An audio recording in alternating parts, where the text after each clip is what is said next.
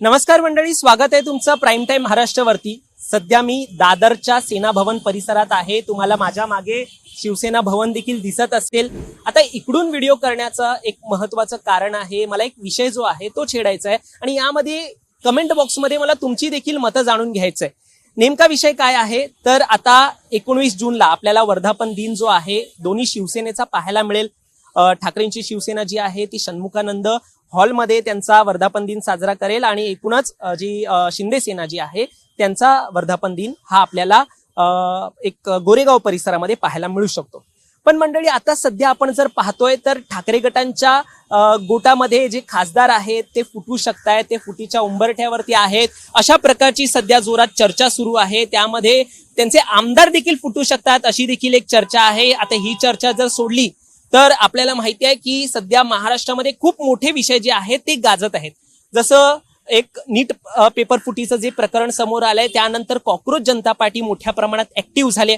त्यानंतर दुसरं प्रकरण जे आहे त्याच्यामध्ये रोहित पवार जे आहेत ते अन्नत्याग आंदोलन करतायत। शेतकऱ्यांच्या कर्जमाफीसाठी हे त्यांचं आंदोलन असल्याचं पाहायला मिळतोय।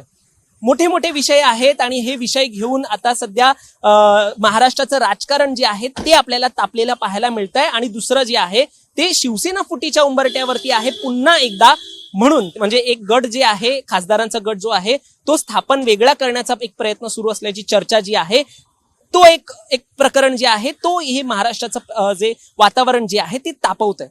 पण मंडळी, यामध्ये सगळ्यात महत्वाचा प्रश्न पडतो, जी शिवसेना आणि मनसे एकत्र आली, ज्या शिवसेना आणि मनसेने ही बीएमसीची निवडणूक लढवली, एकत्र लढवली, त्याच्यामध्ये आपल्याला दोन बंधू एकत्र पाहायला मिळाले आणि दोन बंधूंचे पुत्र देखील आपल्याला एकत्र पाहायला मिळालेले। आज तेच युवा नेते कुठे आहेत असा प्रश्न आता निर्माण झाल्याची चर्चा सोशल मीडियाच्या माध्यमांमध्ये एक रंगत आहे। आता ही चर्चा का रंगते तर महत्वाचं म्हणजे, जर आपल्याला माहिती आहे जेव्हा बीएमसीची निवडणूक झालेली, दोन्ही ठाकरे बंधू एकत्र आलेले या विषयाला घेऊन, त्यानंतर दोन युवराज जे आहेत, युवा नेते जे आहेत ते त्यांच्या स्तरावरती एकत्र येऊन वेगवेगळ्या शाखा भेट देत होत्या आणि त्यानंतर त्यांनी वेगवेगळे कार्यक्रम या पार्श्वभूमीवरती घेतले। म्हणजे एकमेकांच्या कार्यक्रम आणि एकमेकांच्या शाखांमध्ये भेट, म्हणजे मनसेचे जे अमित ठाकरे आहेत, युवा नेते जे आहेत ते शिवसेनेच्या एक शाखांमध्ये भेट देत होते आणि कुठेतरी जे आदित्य ठाकरे जे आहेत ते मनसेचे शाखा जे आहेत ते भेट देत होते। हे सगळं चित्र आपल्याला पाहायला मिळत होतं।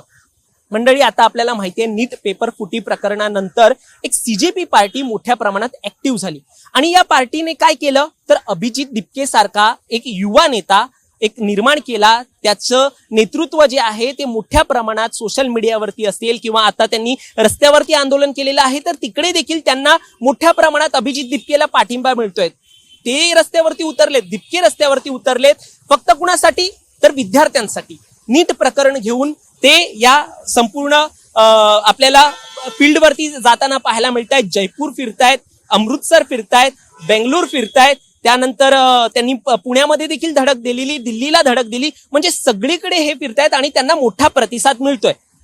हे झालं अभिजित दिपके यांचं। त्यानंतर दुसरं प्रकरण जे आहे आता आपल्याला पाहायला मिळते की रोहित पवार जे आहेत त्यांनी अन्नत्याग आंदोलन केलं, शेतकऱ्यांच्या कर्जमाफीसाठी हे आंदोलन केलं। त्यानंतर जे तुपकर आहेत, शेतकरी नेते आहेत, ते देखील रस्त्यावरती उतरलेत। कुणासाठी उतरलेत तर फक्त शेतकऱ्यांसाठी उतरलेत। त्यांनी देखील अन्नत्याग आंदोलन सुरू केलेलं आहे। सरकारकडे मोठ्या प्रमाणात कर्जमाफीची मागणी जी आहे ती त्यांची सुरू आहे। आता या सगळ्यामध्ये आपल्याला त्यांनी आंदोलन जरी मागे घेतलं असलं तरी ते रस्त्यावर उतरले, त्यांना मनोज जरांगे पाटील जे आहेत त्यांचा पाठिंबा मिळाला आणि हे सगळं चित्र आपल्याला सध्या महाराष्ट्रामध्ये पाहायला मिळतंय।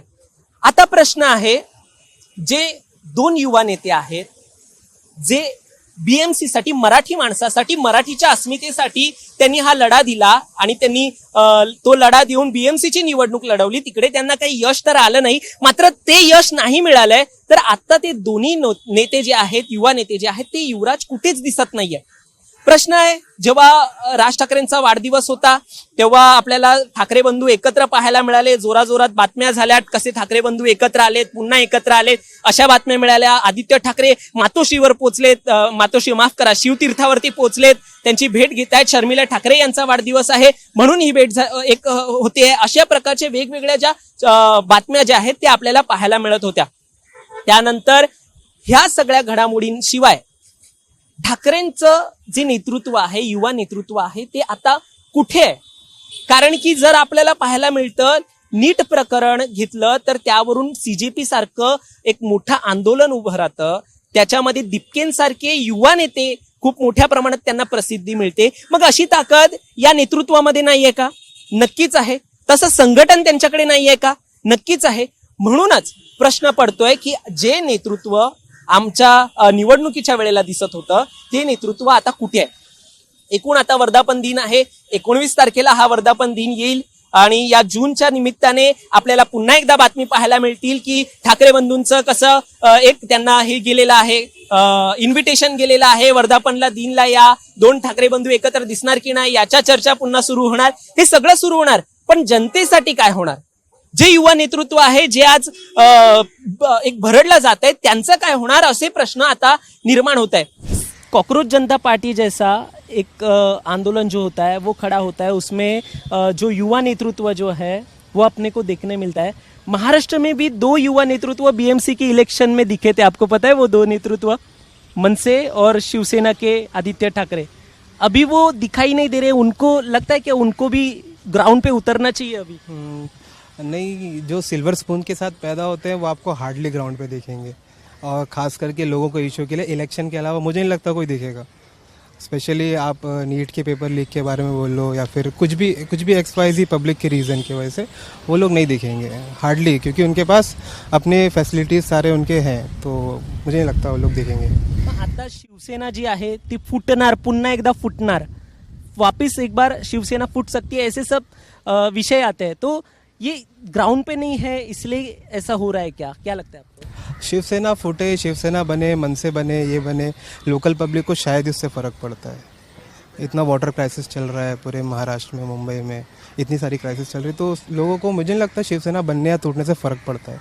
उनकी बेसिक फैसिलिटी, आप केम हॉस्पिटल में जाओ, टाटा हॉस्पिटल में जाओ, लोगों को फैसिलिटी नहीं है, बेड नहीं है, तो वो ज़्यादा ज़रूरी है या फिर शिवसेना बने या टूटे वो ज़्यादा ज़रूरी है आम आदमी के लिए. युवा नेतृत्व कौन लग रहा है फिर आपको? कौन चाहिए फिर? अगर कोई भी आए, does it make any difference? कुछ फ़र्क पड़ता है मेरे को? अगर मेरे गाड़ी में पेट्रोल अगर 120 रुपये की जगह 80 रुपये मिलेगा, वो मेरे को ज़्यादा फ़र्क पड़ेगा कि नेता कौन है वो फ़र्क पड़ेगा. आप समझ सकते हो. सीजेपी जैसी पार्टी जो खड़ी हो रही है, उससे भी कुछ अपेक्षा ही नहीं फिर?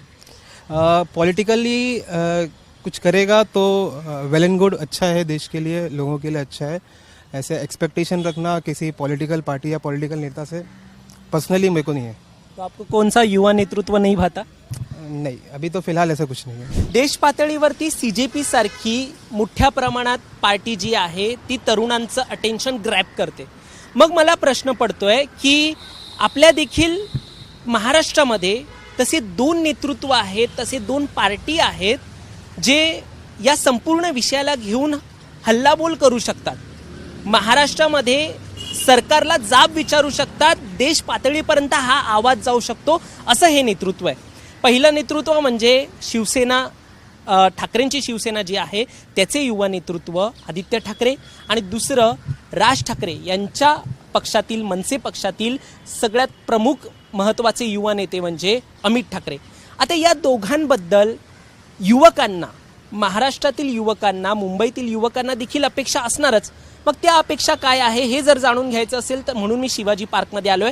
आपण त्यांना देखील विचारूया, युवकांना विचारूया की तुम्ही काय अपेक्षा या नेतृत्वाकडून ठेवताय, किंवा हे नेतृत्व कुठे नेमकं मागे पडतंय, जाणून घेऊया. त्या महाराष्ट्रामध्ये मनसे नावाचा पक्ष आहे, त्याचं युवा नेतृत्व आहे अमित ठाकरे. एकीकडे शिवसेनेचं नेतृत्व आहे आदित्य ठाकरे. हे युवा नेतृत्व वर येत नाही असं काही वाटतं का तुम्हाला? नाही, I have no comments. I don't know much about. काही नाही, मला काय बोलायचं असं नाही. असं का नाही बोलायचं?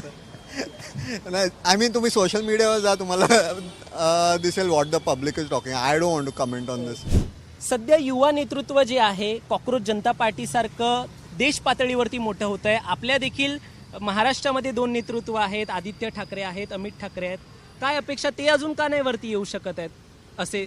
नाही, कॉकरोच जनता पार्टी हे ना, ते जी लिंक झाली नीटचे पेपर त्याच्या विरोधात हे लढतात. पण आपले जे आहेत ते युवा नेते ते फक्त राजकारण बघतात, त्यासाठी ते वरती येत नाही. मुलांनी जे आहेत त्यांच्यासाठी सीजेपी सारखी पार्टी वरती येते. आपली देखील स्थानिक नेतृत्व आहेत.